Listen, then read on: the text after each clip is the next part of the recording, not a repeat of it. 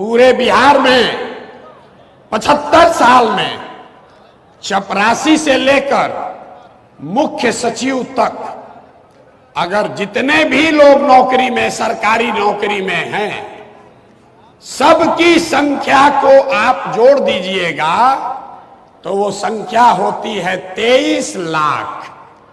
1.97% लोगों को ही सरकारी नौकरी बिहार में मिला हुआ है। और आपको ये सब्जबाग दिखाया जा रहा है कि हम आएंगे तो 10 लाख एक के बार दे देंगे। आप लोग पढ़े लिखे लोग हैं।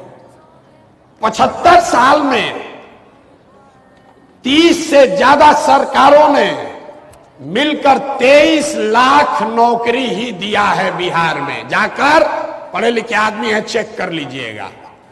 और लोगों को बताया जा रहा है कि हम तो साले भर में 10 लाख नौकरी दे देंगे। 98% बिहार के लोग, उनको सरकारी नौकरी नहीं है और बहुत हद तक उनको मिलेगी भी नहीं। लेकिन रोजगार जरूर होना चाहिए। उसको समझिए क्यों नहीं है रोजगार। रोजगार इसलिए नहीं है, यहां से पलायन इसलिए है कि यहां पर रोजगार के जो संभावनाएं हैं उसको करने के लिए जो साधन सुविधा चाहिए, पूंजी पैसा चाहिए, वो आपके पास नहीं है।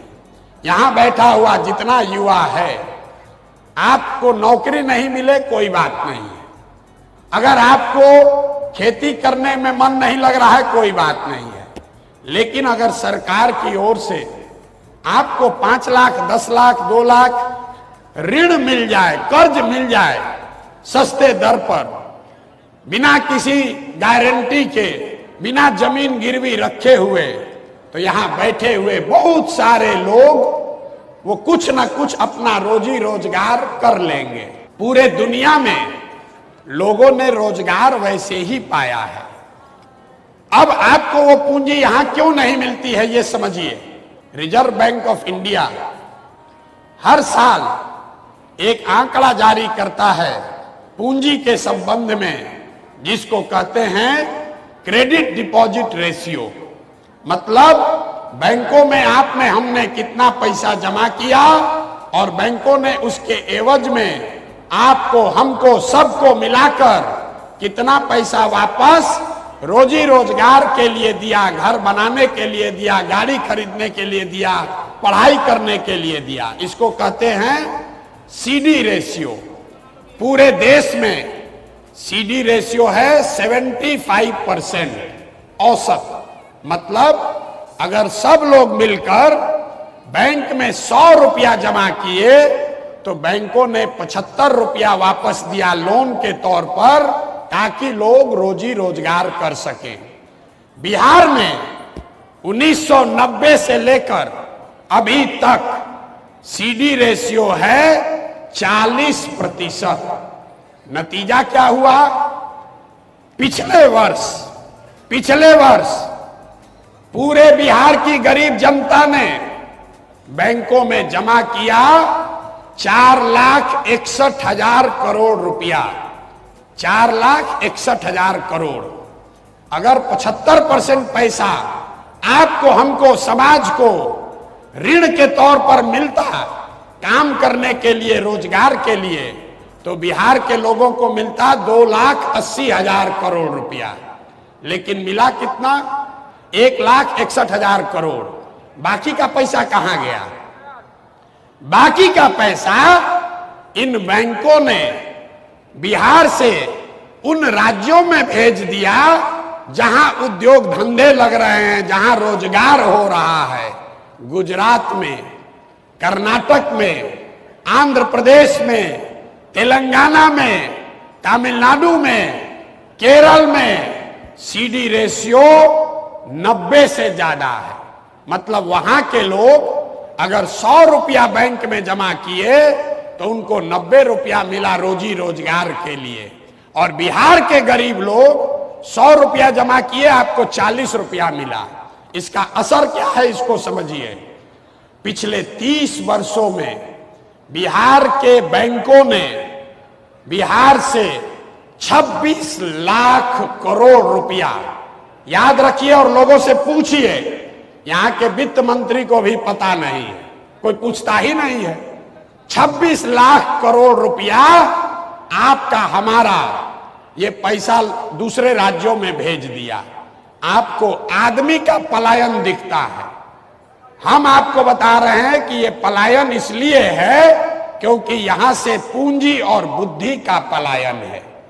पैसा जो है वो बाहर जा रहा है, जो पढ़ लिख कर बुद्धिमान है वो बाहर जा रहा है, तो जो बच गया लेबर, उसके पास तो कोई ऑप्शन ही नहीं है, विकल्प ही नहीं है, उसको बाहर जाना ही जाना है। अब इसको गंवई भाषा में समझिए। मान लीजिए कि आपको बाल काटने आता है, आपके पास 20,000 रुपया है, आप चाहते हैं कि एक सैलून लगाकर हम एक अपना रोजी रोजगार शुरू करें। आप सैलून खोलने गए तो लोगों ने बताया इसमें 1 लाख रुपया लगेगा। दूसरे राज्य में 80,000 70,000 रुपया आपको बैंक से लोन मिल जाएगा, 20,000 रुपया आप जमा कीजिएगा, सैलून खोल लीजिएगा। लेकिन बिहार में वो लोन नहीं मिलेगा, तो 20,000 रुपया में क्या करेगा? 5,000 रुपया किसी दलाल को देगा, 2,000 रुपया में ट्रेन का टिकट खरीदेगा, बस का टिकट खरीदेगा और जाकर बॉम्बे में किसी सैलून में मजदूरी करेगा। ये पूंजी का प्रभाव है।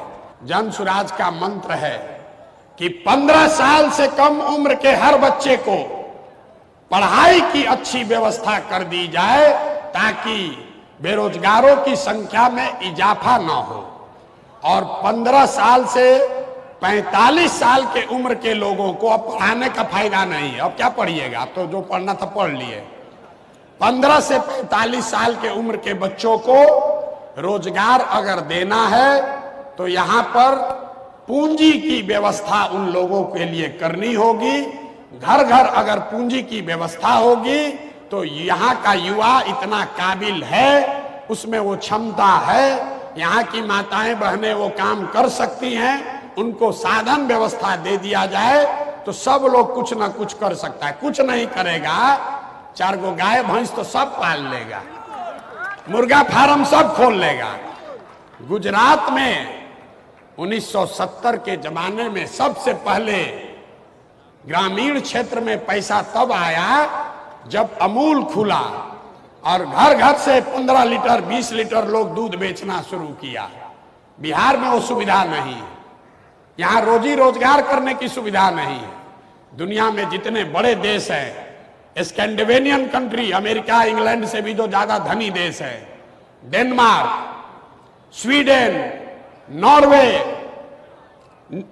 जो ये देश है जिनको स्कैंडिनेवियन कंट्री कहते हैं, यहां पर सबसे ज्यादा प्रॉस्पेरिटी है, सबसे ज्यादा खुशहाली है, सबसे ज्यादा पैसा है।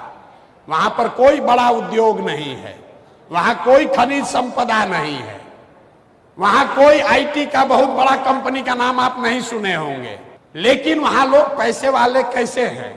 क्योंकि उनको अच्छी शिक्षा है और शिक्षा के बाद हर घर में करने के लिए कुछ ना कुछ रोजी रोजगार है। तो नौकरी आप करना चाहते हैं कीजिए, लेकिन नौकरी से, सरकारी नौकरी से बिहार में बेरोजगारी खत्म नहीं हो सकती है। इस भ्रम में मत पलिए। जो लोग आपको ये बता रहे हैं वो अब वोट लेकर फिर से अपना जीवन, अपने लिए नौकरी खोज रहे हैं, आपको नौकरी नहीं देने वाले।